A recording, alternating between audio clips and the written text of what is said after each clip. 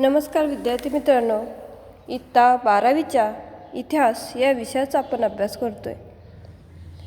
पहिले प्रकरण युरोपातील प्रबोधन आणि विज्ञानाचा विकास आपण सुरू केलेला आहे। त्यातील पहिला भाग युरोपातील धर्मयुद्धे म्हणजेच क्रुसेड्स आणि त्याचे झालेले दूरगामी परिणाम आपण अभ्यासलेले आहेत। नंतर दुसरा भाग युरोपातील प्रबोधनाचा काळ हा भाग देखील आपला अभ्यासून झालेला आहे। आजच्या तिसऱ्या भागामध्ये आपण विज्ञानाचा विकास आणि विविध क्षेत्रातील वैज्ञानिक शोध हे घटक आपण अभ्यासणार आहोत। प्रबोधन काळातील विज्ञानाचा विकास कसा झाला, वैज्ञानिक शोध कशा पद्धतीने लागले गेले याची माहिती आपल्याला या दोन मुद्द्यामध्ये पाहायची आहे।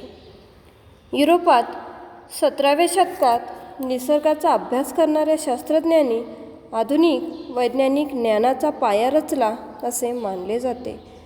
या काळातील शास्त्रज्ञांचा पुढील गोष्टीवर भर होता, तो म्हणजे प्रत्यक्ष प्रयोगाद्वारे वैज्ञानिक सिद्धांतांना स्थलकालातीत महत्त्व आहे हे सिद्ध करणे, नव्याने शोधून काढलेले नियम सूत्रबद्ध करणे, नवी वैज्ञानिक परिभाषा तयार करणे। या प्रयत्नातून आधुनिक विज्ञान प्रगत होत गेले। प्रबोधन काळातील विज्ञानाचा विकास व वैज्ञानिक शोध याची सविस्तर माहिती लिहा असा सविस्तर उत्तरे द्यासाठी तुम्हाला प्रश्न पडू शकतो विद्यार्थी मित्रांनो। त्याचबरोबर तुमचे मत साठी युरोपात 17व्या शतकात निसर्गाचा अभ्यास करणाऱ्या शास्त्रज्ञांनी आधुनिक वैज्ञानिक ज्ञानाचा पाया कसा रचला याच्याबद्दल तुमचं मत या ठिकाणी तुम्हाला नोंदवा असा देखील प्रश्न विचारला जाऊ शकतो। त्यामुळे अगदी व्यवस्थितरित्या हा जो विज्ञानाचा विकास हा घटक आहे याचा अभ्यास बाळांनो या ठिकाणी तुम्हाला करायचा आहे। नवनवीन नियम सूत्रबद्ध झालेले आहेत, नवी वैज्ञानिक परिभाषा तयार झालेली आहे आणि या सगळ्या शास्त्रज्ञांच्या प्रयत्नातून काय झालेलं आहे, आधुनिक विज्ञान प्रगत होत गेलेले आहे। नवनवीन वैज्ञानिक संस्था पुढे आलेल्या आहेत। विज्ञानातील संशोधनासाठी युरोपमध्ये बऱ्याच संस्थांनी पुढाकार घेतलेला आहे। बऱ्याच संस्था स्थापन झालेल्या होत्या। इंग्लंड, फ्रान्समध्ये शास्त्रज्ञांचे लेख प्रकाशित करणारी नियतकालिके चालवणे आणि पत्रव्यवहार, शंका समाधान, वैचारिक देवाणघेवाण यासाठी या संस्था काम करत होत्या। त्या संस्था कोणकोणत्या आहेत, या संस्थांची माहिती आपल्याला सुरुवातीला पाहायची आहे।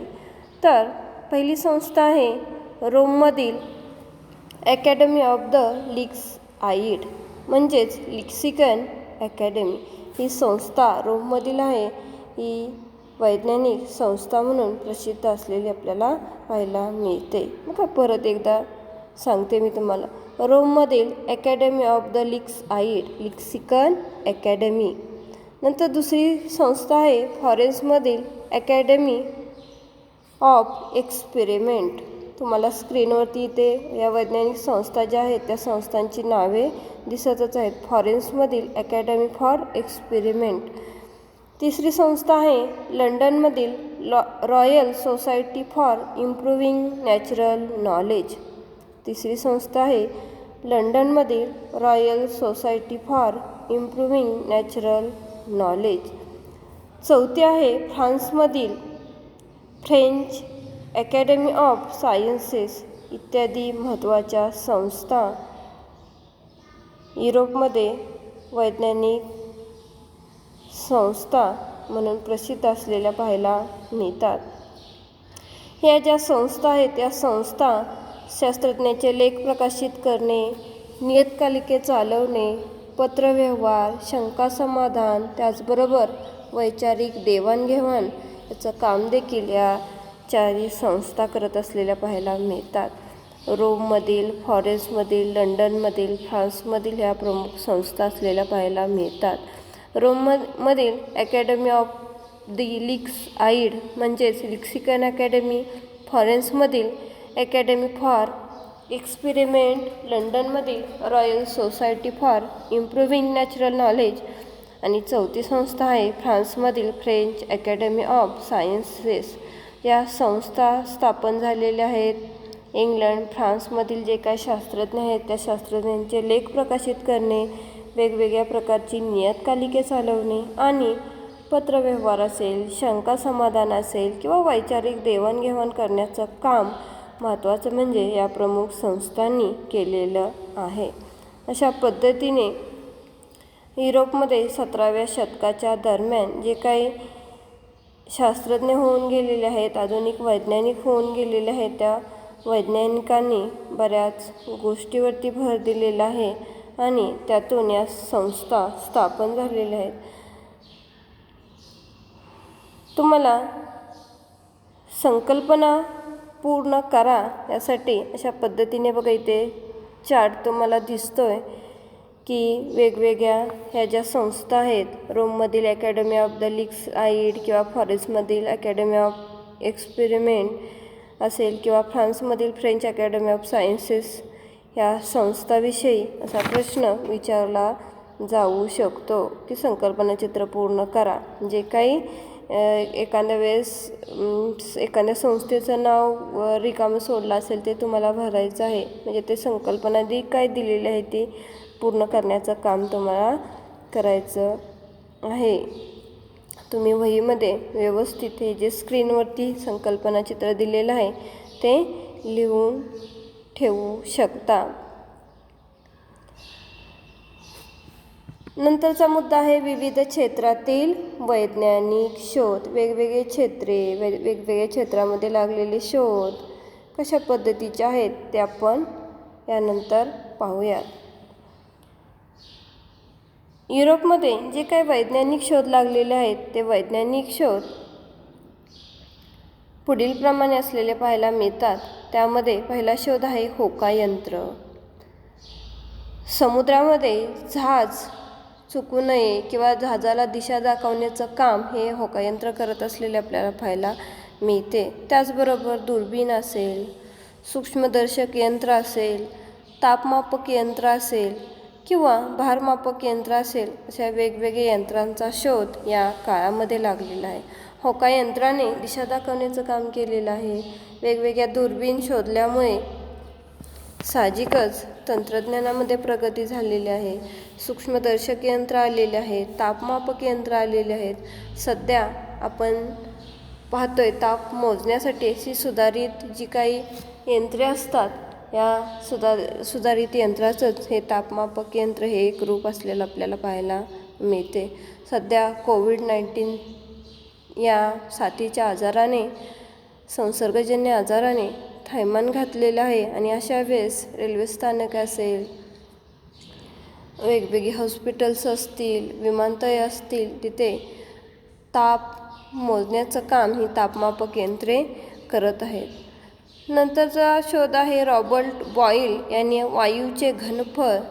बघा, रॉबर्ट बॉईल यांनी वायूचे घनफळ त्यावरील दाबाच्या व्यस्त प्रमाणात बदलते हे शोधून काढले. इथे तुम्हाला स्क्रीनवरती दिसते बघा. रॉबर्ट बॉईल यांनी वायूचे घनफळ त्यावरील दाबाच्या व्यस्त प्रमाणात बदलते हे शोधून काढलेलं आहे. तिसरा शोध आहे हायड्रोजन, नायट्रोजन, ऑक्सिजन या वायूसंदर्भात संशोधन सुरू झालेलं आहे. चौथा शोध आहे भौतिकशास्त्रात उष्णता, ध्वनी यांच्या अभ्यासाला प्राधान्य मिळालेलं आहे. साहजिकच दिवसेंदिवस काय झालेलं आहे, त्यामुळे विज्ञानाचा विकास झालेला आहे. प्राणीशास्त्रामध्ये प्राण्यांची वर्गवारी केली गेलेली आहे. म्हणजे अशा पद्धतीने वेगवेगळे वैज्ञानिक शोध लागले गेलेले पाहायला मिळतात. प्रबोधन काळातील विज्ञानाचा विकास व वैज्ञानिक शोध याविषयी सविस्तर माहिती लिहा असा तुम्हाला प्रश्न पडू शकतो. आपल्या स्वाध्यायामध्ये जर आपण पाहिला तर असा प्रश्न आहे. तो लिहित असताना आपण जे आता पाहिलेलं आहे की युरोपमध्ये 17व्या शतकात निसर्गाचा अभ्यास करणाऱ्या शास्त्रज्ञांनी काय केलेलं आहे, आधुनिक वैज्ञानिक ज्ञानाचा पाया रचलेला आहे. या काळातील शास्त्रज्ञांचा प्रयोगाद्वारे वैज्ञानिक सिद्धांताला स्थलकालातीत महत्त्व आहे हे सिद्ध करणे, नवीन शोधून काढलेले नियम सूत्रबद्ध करणे, नवी वैज्ञानिक परिभाषा तयार करणे या गोष्टीवरती भर होता आणि त्याचमुळे काय झालेलं आहे, आधुनिक विज्ञानाचा पाया घातला गेलेला आहे, आधुनिक विज्ञान प्रगत होत गेलेलं आहे अशी तुम्हाला प्रस्तावना लिहिणं अगोदर आवश्यक आहे. नंतर ज्या आपण 4 संस्था पाहिलेल्या आहेत, वरती नावं आहेत बघा, इथे स्क्रीनवरती दिसतात तुम्हाला. रोममधील अकॅडमी ऑफ द लिक्स आईड किंवा फॉरेन्समधील अकॅडमी फॉर एक्सपेरिमेंट. तिसरे आहे लंडनमधील royal society for improving natural knowledge आणि चौथे आहे फ्रान्समधील फ्रेंच अकॅडमी ऑफ सायन्सेस. या संस्थांची नावे त्या कोणत्या प्रकारचं काम करत होत्या, मग त्यामध्ये पत्रव्यवहार असेल, शंका समाधान असेल, वैचारिक देवाणघेवाण असेल याची माहिती तुम्ही या ठिकाणी लिहायची आहे. आणि नंतर वेगवेगळे जे काही वैज्ञानिक शोध लागलेले आहेत, मग होकायंत्र असेल, दुर्बीण असेल, सूक्ष्मदर्शक यंत्र असेल, भारमापक यंत्र असेल, तापमापक यंत्र असेल. रॉबर्ट बॉईल यांनी लावलेला शोध, त्याने काय म्हटलेलं आहे की वायूचे घनफळ त्यावरील दाबाच्या व्यस्त प्रमाणात बदलते. भौतिकशास्त्रात उष्णता, ध्वनी यांच्या अभ्यासाला प्राधान्य मिळालेलं आहे. प्राणीशास्त्रामध्ये प्राण्यांची वर्गवारी केली गेलेली आहे. आणि मग शेवट तुम्हाला करायचं आहे की अशा पद्धतीने प्रबोधन काळात विज्ञानाचा विकास आणि वेगवेगळ्या प्रकारचे वैज्ञानिक शोध लागलेले आहेत असं जरी एका वाक्यात शेवट केला तरी तुम्हाला चालेल. याच्यानंतरचा भाग जो आपण अभ्यासणार आहे तो भाग आहे वस्त्रोद्योग. वस्त्रोद्योगामध्ये लागलेले वेगवेगळे शोध, खास करून युरोपीय वस्त्रोद्योगामध्ये कोणकोणते शोध लागलेले आहेत त्याचा अभ्यास आपण या मुद्द्यामध्ये करणार आहोत. इंग्लंडमध्ये लोकरीपासून वस्त्रे विणणे हा व्यवसाय पूर्वापार चालत आलेला होता. हा व्यवसाय सुरुवातीला घरगुती स्वरूपाचा होता. इसवी सन 1738मध्ये जॉन के याने धावता धोटा तयार केला. बघा सगळ्यात महत्त्वाचं आहे, सुरुवातीला हा जो व्यवसाय होता वस्त्रोद्योगाचा तो घरगुती असा व्यवसाय होता. सुरुवातीला काय केलेलं आहे, जॉन के या शास्त्रज्ञाने 1738मध्ये धावता धोटा याचा शोध लावलेला आहे आणि या धावत्या धोट्यामुळे वस्त्र विणण्याच्या कामाची गती वाढलेली आहे. त्यानंतर इंग्लंडमधील जेम्स हरग्रीव्ज याने स्पिनिंग जेनी नावाचे यंत्र तयार केलेलं आहे. या यंत्रावर एकाच वेळी सुताची 8 रे लावता येऊ लागलेले आहे. त्यानंतर इसवी सन 1769मध्ये रिचर्ड आर्कराइट याने सूत कातण्यासाठी सुधारित यंत्र बनवलेलं आहे. या यंत्राद्वारे अधिक पिळदार व मजबूत धागे वेगाने तयार होऊ लागलेले आहेत. त्यानंतर इसवी सन 1779मध्ये सॅम्युएल क्रॅम्प्टन याने म्यूल नावाचे सुधारित सूतकताई यंत्र तयार केलेलं आहे. या यंत्रामुळे वस्त्र बनवण्याच्या कामाचा वेग जवळपास 200 पटीने वाढलेला आहे. सॅम्युएल क्रॅम्प्टन याने मूल नावाचे सुधारित सूतकताई यंत्र तयार केले आणि या यंत्राच्या शोधामुळे काय झालेलं आहे, वस्त्र बनवण्याच्या कामाचा वेग जवळपास 200 पटींनी वाढलेला आहे. महत्त्वाचं आहे म्हणून थोडंसं रिपीट केलेलं आहे. बरेचसे शोध या वस्त्रोद्योगामध्ये लागलेले आहेत. पहिला आपण पाहिला धावता धोटा, जॉन के यांनी 1738मध्ये. नंतर स्पिनिंग जेनी नावाचे यंत्र आलेलं आहे. जेम्स हरग्रीव्ज यांनी हा शोध लावलेला आहे. नंतर रिचर्ड आर्कराइट याने सूत कातण्यासाठी सुधारित यंत्र 1769मध्ये तयार केलेलं आहे. नंतर म्यूल नावाचे सुधारित सूतकताई यंत्र आलेलं आहे सॅम्युएल क्रॉम्प्टन यांचं 1779मध्ये. आणि या शोधामुळे वस्त्रे बनवण्याच्या कामाचा वेग जवळजवळ 200 पटींनी वाढलेला आहे. त्यानंतर एडमंड कार्टराइट याने 1785मध्ये यंत्रमाग बनवलेलं आहे. इसवी सन 1793मध्ये कॉटन जीन नावाचे यंत्र आले. इसवी सन 1793मध्ये कॉटन जीन नावाचे यंत्र आले. या यंत्रामुळे कापसापासून सरकी वेगी काढता येणे शक्य झालेले आहे. म्हणजे बघा, अशा पद्धतीने वस्त्रोद्योगामध्ये वेगवेगळ्या प्रकारचे शोध लागलेले आहेत.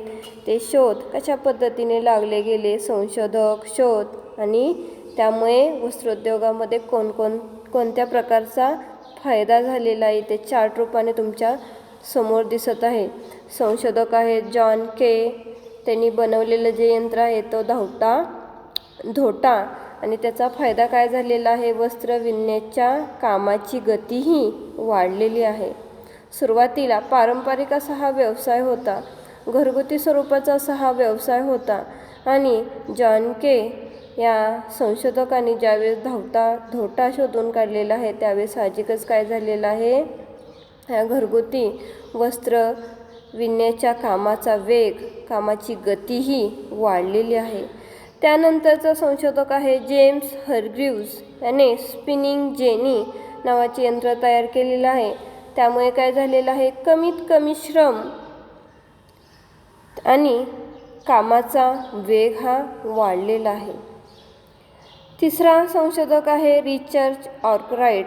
याने सूत कताई यंत्र तयार केलेलं आहे. त्यामुळे अधिक मजबूत व पिळदार धागे वेगाने तयार होऊ लागलेले आहे. चौथा संशोधक आहे सॅम्युएल क्रॉम्प्टन. म्यूल नावाचे सुधारित यंत्र त्यानं तयार केलेलं आहे. आणि त्यामुळे काय झालेलं आहे, वस्त्र विणण्याच्या किंवा वस्त्र बनवण्याच्या कामाचा वेग जवळजवळ 200 पटींनी वाढलेला आहे. नंतरचे संशोधक आहेत एडमंड कार्टराइट. याने यंत्रमाग बनवलेलं आहे. आणि त्याचा फायदा वस्त्रोद्योगाला असा झालेला आहे की कापडाचे उत्पादन हे मोठ्या प्रमाणामध्ये वाढलेले आहे. प्रबोधन काळात वस्त्रोद्योग व्यवसायात झालेल्या प्रगतीचा आढावा घ्या, असा जर तुम्हाला प्रश्न पडला तर त्यामध्ये विद्यार्थी मित्रांनो तुम्हाला ही सगळी माहिती लिहायची आहे. किंवा वस्त्रोद्योग अशी 2 गुणांच्यासाठी तुम्हाला टीप पडू शकते. कमीत कमी 3 ते 4 संशोधक या ठिकाणी तुम्हाला टिपेसाठी सांगता आले पाहिजे. ते संशोधक म्हणजे संशोधकाची नावे, त्यांनी लावलेले शोध आणि त्यामुळे वस्त्रोद्योगाला काय फायदा झालेला आहे अशी माहिती तुम्हाला या टिपेमध्ये लिहायची. किंवा जर प्रबोधन काळात वस्त्रोद्योग व्यवसायात झालेल्या प्रगतीचा आढावा घ्या असा सविस्तर उत्तरे द्यासाठी प्रश्न जर तुम्हाला पडला तर साहजिकच जे काही शोध लागलेले आपण आता पाहिलं, जॉन के यांनी लावलेला असेल धावता ढोटा याचा शोध, किंवा जेम्स हरग्रीव्ज यांनी लावलेला स्पिनिंग जेनीचा शोध, रिचर्ड आर्कराइट यांनी लावलेला शोध सूतकताई यंत्र त्यांनी तयार केलेलं आहे, किंवा सॅम्युएल क्रॉम्प्टन यांचे मूल नावाचे जे काही सूतकताई यंत्र आहे, किंवा एडमंड कार्टराइट यांचा यंत्रमाग असेल, ह्या सगळ्या शोधाची आणि संशोधकाची माहिती, त्याचबरोबर सालही अगदी ॲक्युरेट तुम्हाला या ठिकाणी लिहावं लागणार आहे. त्यामुळे अगदी तुम्हाला इथे समोर स्क्रीनवरती प्रत्येक संशोधक, त्या संशोधकाने लावलेला शोध आणि तो कोणत्या साली लावलेला आहे आणि त्यामुळे वस्त्रोद्योगाला काय फायदा झालेला आहे त्या ठिकाणी तुम्हाला समोर स्क्रीनवरती दिसत आहे. व्यवस्थित तुम्ही अभ्यासा. तुम्हाला ज्या काही नोट्स पाठवलेल्या आहेत त्या नोट्समध्ये पण हा भाग आलेला आहे. त्यामुळे अगदी व्यवस्थित, अगदी बारकाईने संशोधक, साल, त्यांनी लावलेले शोध आणि त्याचा फायदा असा चार्ट करून जरी तुम्ही अभ्यास करत असताना चार्ट केला आणि त्याचा अभ्यास जरी केला तरी तुम्हाला फायदा होणार आहे. नंतरचा जो मुद्दा आहे तो आहे धातुविज्ञान. इंग्लंडमधील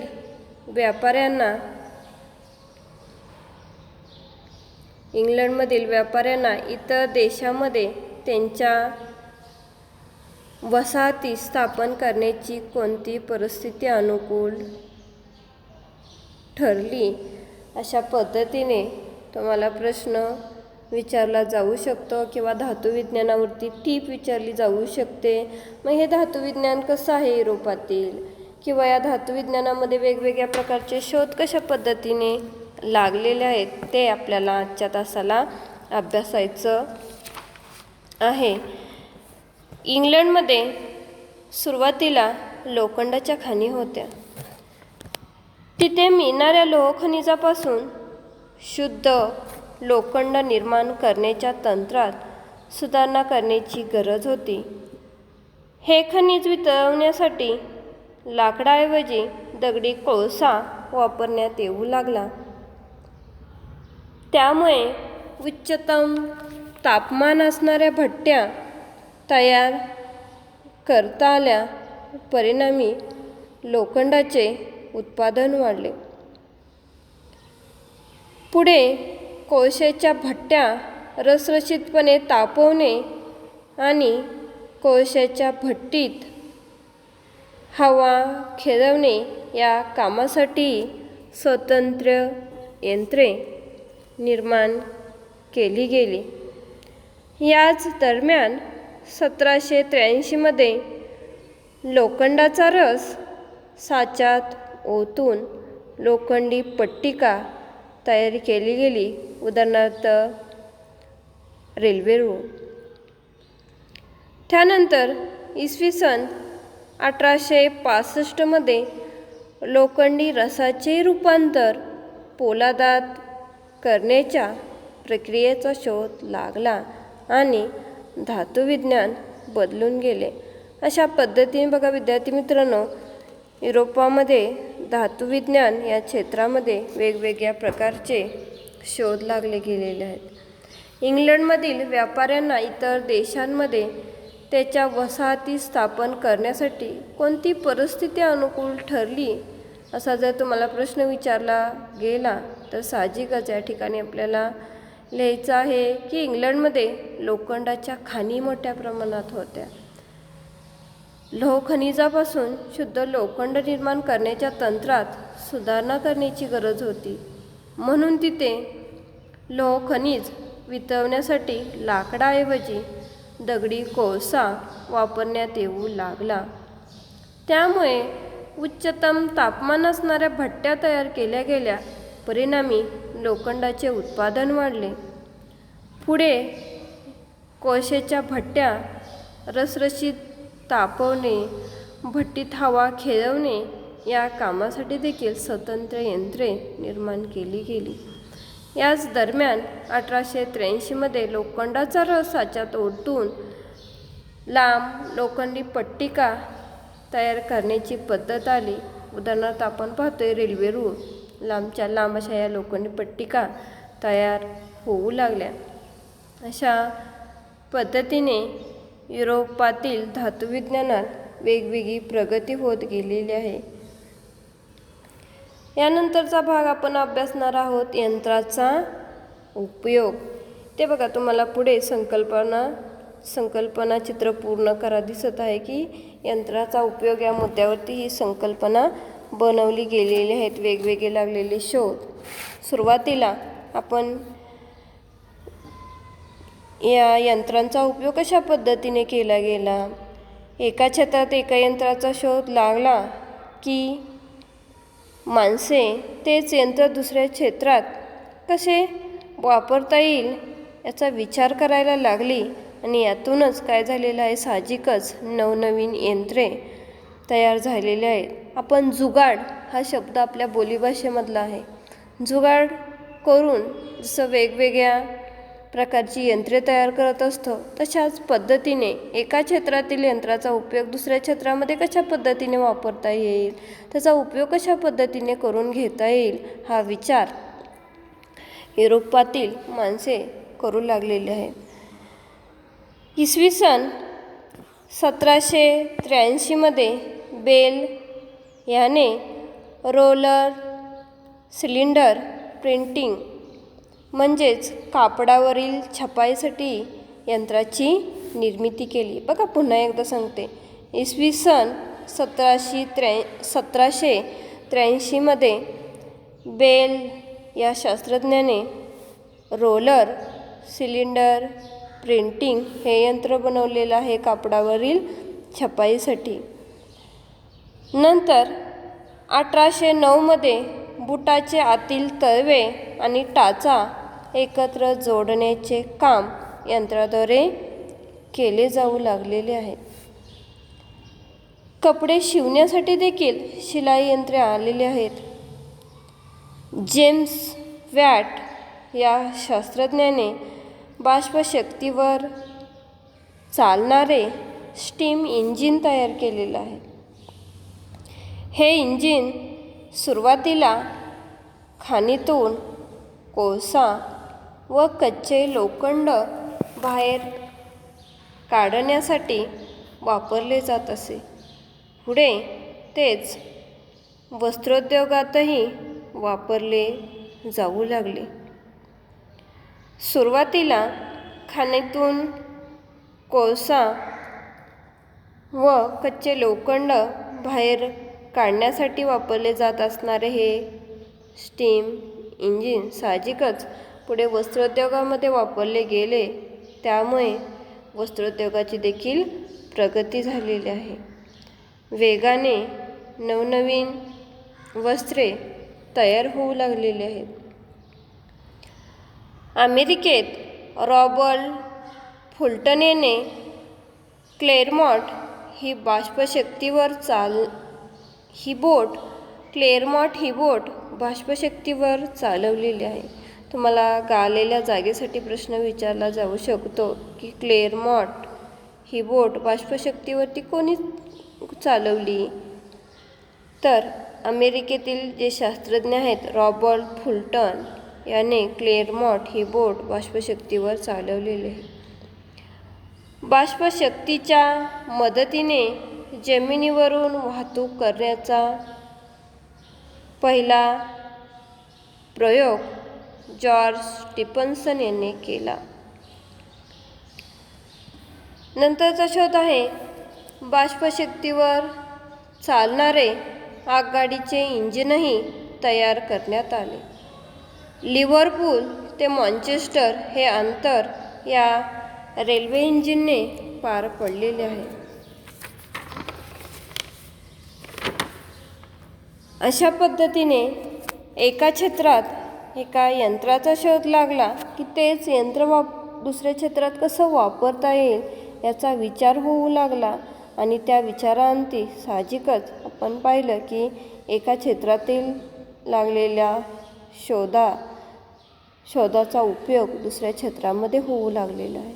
इसवी सन 1783मध्ये बेल या शास्त्रज्ञाने रोलर सिलेंडर प्रिंटिंग कापडावरील छपाईसाठी या यंत्राची निर्मिती केलेली आहे.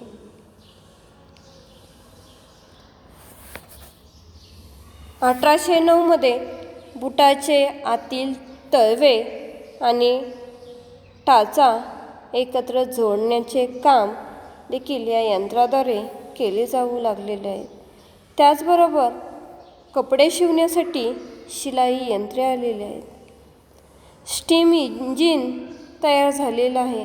जेम्स वॅट या शास्त्रज्ञाने बाष्पशक्तीवरती चालणारे हे इंजिन बनवलेलं आहे.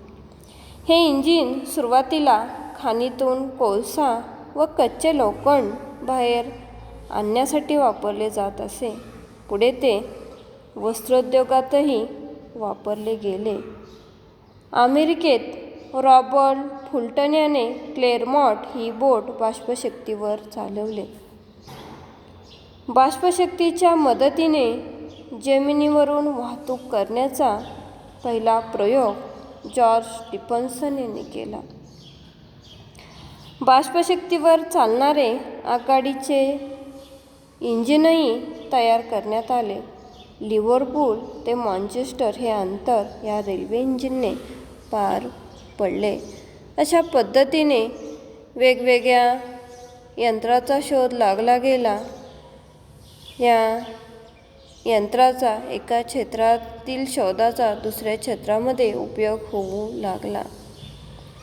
पुढे तुम्हाला स्क्रीनवरती जे काही संकल्पना चित्र आहे की वेगवेगळी यंत्रे कोणी शोधलेली आहेत. बेल याने रोलर, सिलेंडर, प्रिंटिंग किंवा रॉबर्ट बॉयलचे वायूचे घनपट त्यावरील दाबाच्या व्यस्त प्रमाणात बदलते हे असेल. जॉर्ज स्टिफन्सन यांचे बाष्पशक्तीवर चालणारे रेल्वे इंजिन असेल. जेम्स वॅट याचे स्टीम इंजिन असेल. जोहान्स गुटेनबर्ग याने छपाईचा शोध लावलेला आहे. गॅलिलिओने सुधारित दुर्बीण तयार केलेली आहे. निकोलस कोपर्निकस याने ग्रहमाला पृथ्वी केंद्रित नसून सूर्य केंद्रित आहे हा शोध लावलेला आहे किंवा क्रांतिकारी विचार मांडलेला आहे. म्हणजे वेगवेगळ्या शोधांविषयी हे जे शोध व शोधक जे संकल्पना चित्र दिलेलं आहे ते व्यवस्थित तुम्ही व्यवस्थित अभ्यास केल्यानंतर साहजिकच तुमच्या लक्षात राहणार आहे. अशा पद्धतीने बघा विद्यार्थी मित्रांनो, आजच्या या तिसऱ्या भागामध्ये आपण विज्ञानाचा विकास, वेगवेगळ्या वैज्ञानिक संस्था, त्यामध्ये प्रमुख 4 वैज्ञानिक संस्था होत्या. रोममधील अकॅडमी ऑफ द लिक्स आईड, दुसरे आहे फॉरेन्समधील अकॅडमी फॉर एक्सपेरिमेंट, तिसरे आहे लंडनमधील royal society for improving natural knowledge आणि चौथे आहे फ्रान्समधील फ्रेंच अकॅडमी ऑफ सायन्सेस. ह्या वैज्ञानिक संस्थांची माहिती पाहिली. नंतर वेगवेगळे वैज्ञानिक शोध वेगवेगळ्या क्षेत्रामध्ये लागले गेलेले, मग त्यामध्ये होकायंत्र असेल, दुर्बीण असेल, तापमापक यंत्र असेल, भारमापक यंत्र असेल. रॉबर्ट बॉयल यांनी शोधून काढलेले वायूचे घनफळ त्यावरील दाबाच्या व्यस्त प्रमाणात बदलते हे आपण अभ्यासलेलं आहे. प्राणीशास्त्रामध्ये प्राण्यांची वर्गवारी केली जाऊ लागलेली आहे, तोही भाग आपण पाहिलेला आहे. भौतिकशास्त्रात उष्णता, ध्वनी यांच्या प्राधान्याने अभ्यास केला जाऊ लागलेला आहे. हायड्रोजन, नायट्रोजन, ऑक्सिजन या वायूसंदर्भात झालेले संशोधन आपण पाहिलेलं आहे. नंतर आपण वस्त्रोद्योगामध्ये लागलेले वेगवेगळे शोध, धावता असेल किंवा स्पिनिंग जेनी नावाचे यंत्र असेल, म्यूल नावाचे सुधारित सूतकताई यंत्र असेल, हा भाग आपण अभ्यासलेला आहे. नंतर धातुविज्ञान या क्षेत्रामध्ये लागलेले शोध वेगवेगळ्या प्रकारचे ते आपण पाहिले आणि यंत्राचा उपयोग या घटकामध्ये आपण एका क्षेत्रात एका यंत्राचा शोध लागला की माणसे तेच यंत्र दुसऱ्या क्षेत्रात कसे वापरता येईल याचा विचार करायला लागली आणि त्यातून कोणकोणत्या प्रकारची नवीन यंत्रे आलेली आहेत. मग त्यामध्ये रोलर, सिलेंडर, प्रिंटिंग, कापडावरील छपाईसाठी बेल याने बनवलेले यंत्र असेल किंवा स्टीम इंजिन असेल. रॉबर्ट फुल्टन याने क्लेरमॉट ही बोट बाष्पशक्तीवरती चाललेली आहे. म्हणजे अशा पद्धतीने वेगवेगळ्या यंत्रांचा शोध लागला गेलेला आहे. हा भाग आपण आजच्या तिसऱ्या भागामध्ये अभ्यासलेला आहे. आज जो घटक आपण अभ्यासलेला आहे त्यामध्ये विज्ञानाचा विकास, विविध क्षेत्रातील वैज्ञानिक शोध, वस्त्रोद्योग, धातुविज्ञान आणि यंत्राचा उपयोग याचा अभ्यास तुम्ही घरी व्यवस्थित करा आणि या ठिकाणी आपण थांबूयात.